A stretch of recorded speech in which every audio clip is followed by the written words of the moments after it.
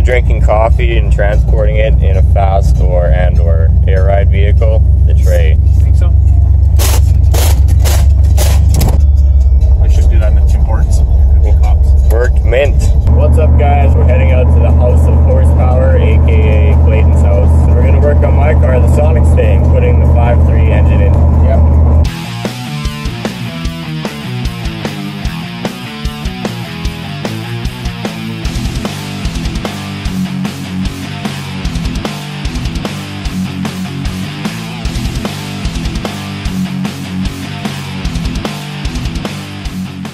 Finally, the day has come that this car is going to get another motor. It's a Chevy motor. First thing I think will just be to lower it in there and kind of see what we're working with and go from there, because we're making completely custom mounts for it, more than likely, using a mixture of factory ones and steel. And I'm really curious how the oil pan clearance is going to work out. If this is the first video you're watching, this is a 5.3 LS motor out of a 2004 Chevy truck. It has an LS9 cam, but otherwise it's fairly stock inside. I just cleaned it up, and I have a S475 Borg Warner single turbo to put on it in this car.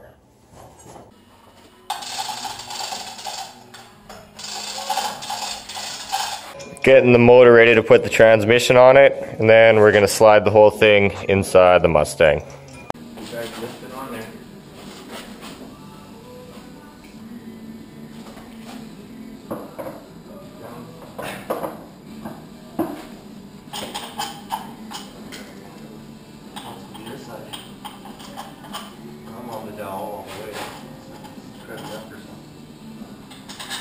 The transmission was in the car previously. It's a Power Glide that I had built by a local guy. It's good for like 1,000 horsepower or something. It's also good at leaking transmission fluid on the ground.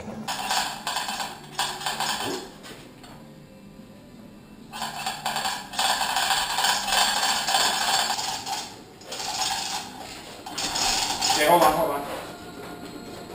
Okay, push. Lift the transmission like, you know what I mean? You okay there? Yeah.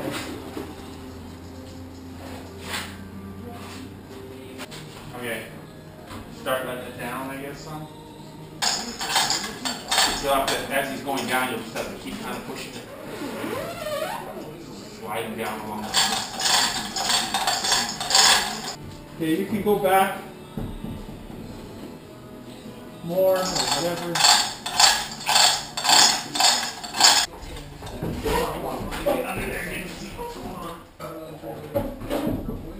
Yeah, like it's not hitting the cross member yet, so you should be able to go back.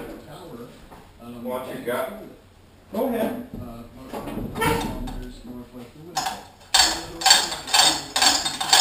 There, stop. Can you go back more now? Let it down some more. There it goes. There it goes. Yeah, it's there now.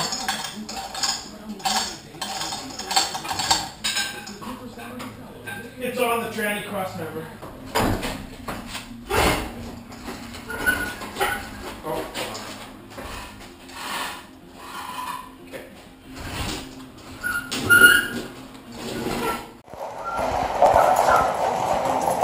As the shit horse is, or it's lower in the frame?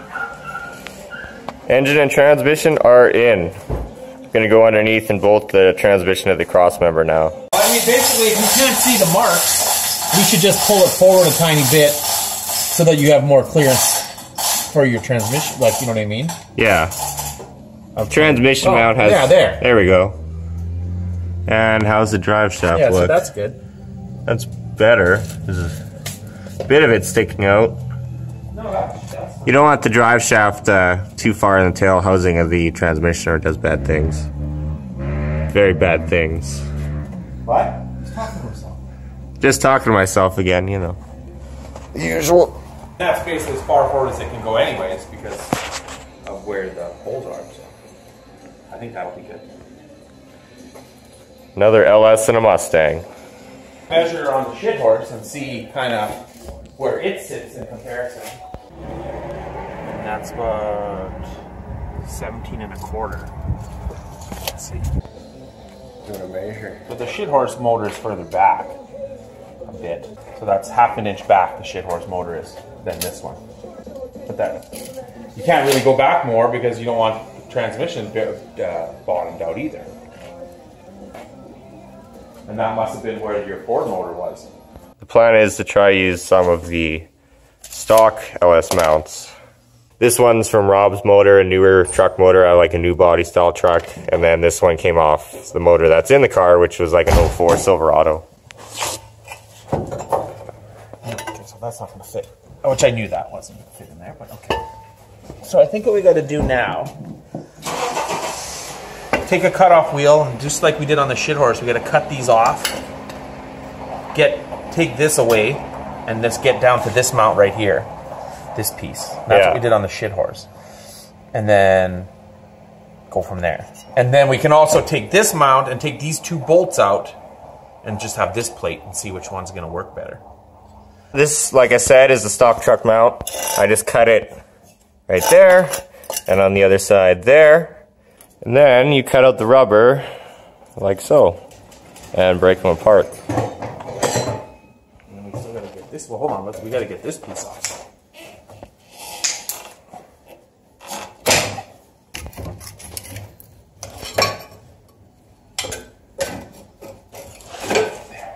And this heat shield off. And that heat shield.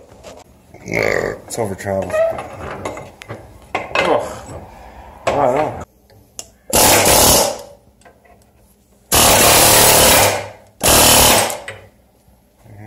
Okay. Next one. So basically, once you get all the rubber off, it's going to look something like this. Something just like this and like that. I cleaned the rest of the rubber off, and now we're test fitting them in the car. Oh, okay.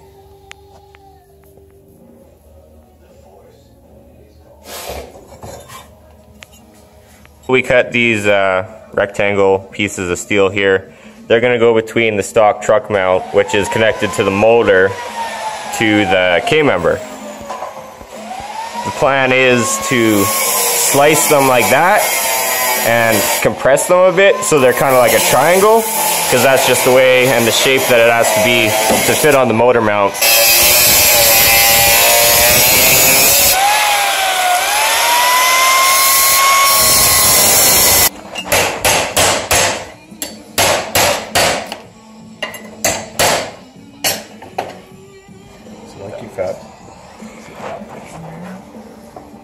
Kind of the idea I'm going for. So that's basically how that's going to work. Well, I think like once that's in, then we can, you know, like box this in or whatever. But that's going to kind of be where it's got a bolt. So I think that'll work.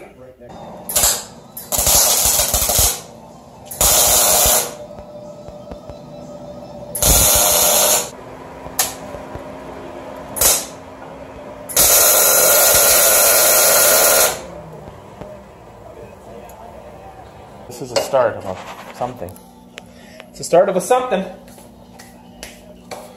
Basically from here, Rob is just going to work his magic, and all of a sudden there'll be two custom fabricated engine mounts. Basically, average. That's it. Very quick. Can we go for lunch now? Yep.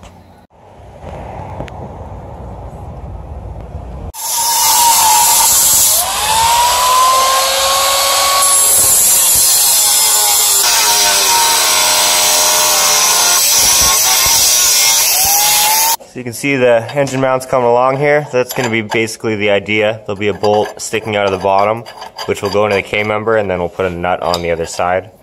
We're going to box these sides in for more strength and really just to make them look better. So we're just basically cutting out some plates out of some steel, cleaning them up, and then going to weld them wherever they need to be structurally better on the motor mounts. Structurally better.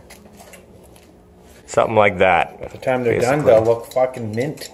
The thing is, not everyone can obviously just cut out a piece of metal like that to size and weld it on, and you kind of have to be Rob or someone skilled with fabrication to be able to do that. So that's where buying them comes in, and for most people maybe that's the better option. But if you've got the skills and the time and the space, you can make yourself something pretty good for nearly free, really. We lit some fires here. Grinding accidents. Here's another look at the driver's side engine mount. It's really just this piece, the LS piece. Remove the rubber and the other half of it, and then just kind of add it to it. You really don't got to make it too complicated. And once it's boxed in on the sides here and everything, they'll be plenty strong. They're basically in there, holding the motor in for now. We ran out of cutting discs, so we have to get some more to do the, oh, looks like it's snowing in here. And this side's good? Yeah, that side there's a lot of room. But we have to make the stud a bit shorter. But I was just worried this one was going to be too close, but it's not, it's good. Yeah, like I said, they're not the fanciest, but they'll work, that's for sure. Yeah, strong and cheap. Exactly. Well, like I said, to Clayton, get a flap wheel, smooth them out a little bit, paint them black. Yeah. They'll look good, like they'll be fine. The plan was to put the turbo on this side in the engine bay, but looking at it now, with that big S475 turbo, might have to think of something else, or at the very least, definitely going to be modifying that area, the metal in that area a bunch. There's more room on this side, but I kind of plan to put my air-to-water intercooler right in that area. We just put one of the hoods Clayton has for his car on here, and I think it looks fucking amazing. I've got a huge boner right now, and I can barely contain myself. Can you tell? I can barely contain myself. Got the holes for the hood exit exhaust. Yeah? Yeah, there you go. This is the car that hood came off of. Lots of business going on in here. With my car now, except until I start it, and then who knows. This is the hood that normally goes on the car, or normally went on the car. I'm ditching it because it's just too race car and bigger than I need now. When it had the 434 small block Ford in there, it needed all that room with the carb and the nitrous plate and the Super Victor Jr. intake, all that. But now something like this is more what I'm after for the streetability and not arrested ability. Although I cruised it fine before with that hood. Bonnet. Bonnet. See, we're in a bonnet, summer bonnet. Driving around in this thing. I'm not sure if I'm going to sell my hood and buy a new one or trade someone, but more than likely it'll be black, just because I won't care to have it painted Sonic Blue right now. But I'm also going to do the wheels black with Plastidip, so that might be a cool look combined. Once you go black, I can't remember how it is. You can see the oil pan underneath right there, the aluminum shiny thing. So it's got alright clearance. It's definitely the lowest thing hanging down underneath the car, which, you know, it's never the greatest thing. But we have to raise the rear of the transmission, which will bring the back of that up some and help that situation a bit, and to get the motor more level and how it should sit in the engine bay. Rob pulled the fuel cell out of the trunk, so you can see the shitty tin work that the previous owner did. It also has this bar back here that the old coilovers used to bolt to, and they would go through those holes, and they were like the length of a monster truck coilover. So instead, it has those strange double adjustables in there now. Doesn't need those holes in the floor anymore, and doesn't need that super heavy bar back there, besides rear end traction ballast. It doesn't really serve any other purpose. So this is the old fuel cell. I'm probably not going to use it in the end, because it has a sump on there. And I'm going to use in-tank pumps, 2 Walbro 450s, which can be had for relatively cheap. So I just want to have a hole to fill and a hole for the pumps, and 2 holes in the top of a fuel cell. So there's some cheap ones on eBay. I'm going to check that out and see what I can find. So that's it for today. I'm pretty happy we got the motor in there. Rob did some really good fab work on those engine mounts, and I hope that's the kind of stuff some of you guys wanted to see that were asking about how we did them for the shit horse and stuff. The next thing will be to figure out the transmission height at the tail housing, like by spacing it up, or I might actually buy a rubber transmission mount because the engine is tilted back a little bit too much right now, which will also help with clearance at the back of it. Thanks for watching. I hope you enjoyed the video. We'll be posting a lot more stuff like this. This car will be getting finished, and Rob's Nova that you saw in the previous video, we're also going to be working, well, he's going to be working on. Check out our previous videos for a lot more stuff like this. We already did a Mustang turbo build similar to this with a 6-liter actually. The shit horse, you might have heard of it.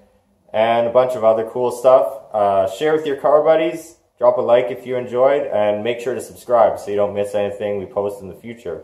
Also, there's a little bell icon beside the subscribe button. Pretty much every YouTuber is talking about it, so I thought I'd throw that out there too. Unless you hit that button, you won't actually get the notifications when videos are posted by SPPTV. Also, you can find us on Instagram at SPPTV on YouTube and Facebook at SPPTV YouTube. See you in the next one. Later.